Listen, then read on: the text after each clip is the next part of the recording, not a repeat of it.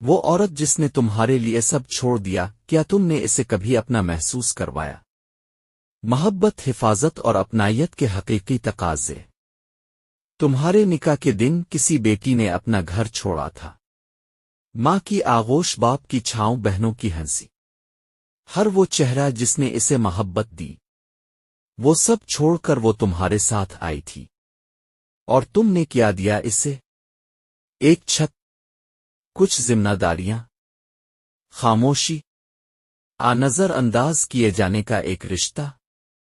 کیا کبھی اسے یہ محسوس کروایا کہ وہ تمہاری ہے، کہ تمہارا دل اس کے ساتھ ہے؟ قربانی صرف عورت دیتی ہے۔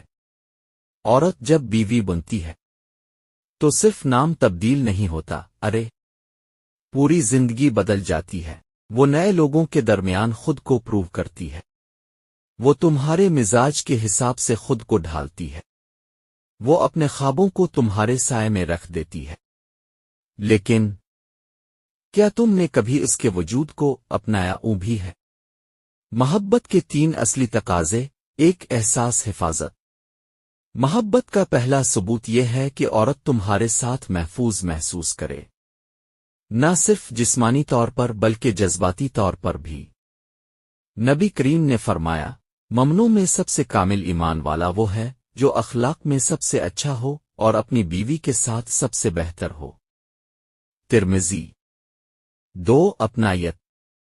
جب عورت کو لگے کہ میں اس گھر میں صرف مہمان نہیں، میں کسی کا دل ہوں، تو وہ کھل جاتی ہے، ورنہ وہ روز تھوڑی تھوڑی مر جاتی ہے۔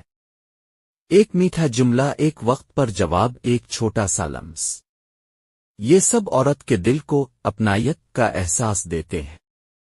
3، محبت کا اظہار۔ محبت صرف دل میں رکھنے کی چیز نہیں۔ نبی نے فرمایا، جب کسی سے محبت ہو تو اسے بتاؤ۔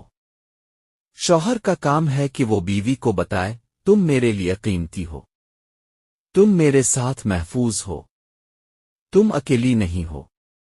اگر تم واقعی چاہتے ہو کہ وہ تمہاری ہو جائے تو اسے دل سے قبول کرو، زبان سے کہو، عمل سے دکھاؤ، اس کی بات کاٹنے کے بجائے مکمل سنو، اس کے خوابوں کو اہمیت دو، اسے اپنے فیصلوں میں شامل کرو، جب وہ تھک جائے تو بس اسے اپنے کندھے پر سر رکھنے دو۔ عورت وہ نہیں جو صرف کام کرے، عورت وہ ہے جو صرف ایک لمحہ محبت اسے ساری دنیا بھول سکتی ہے۔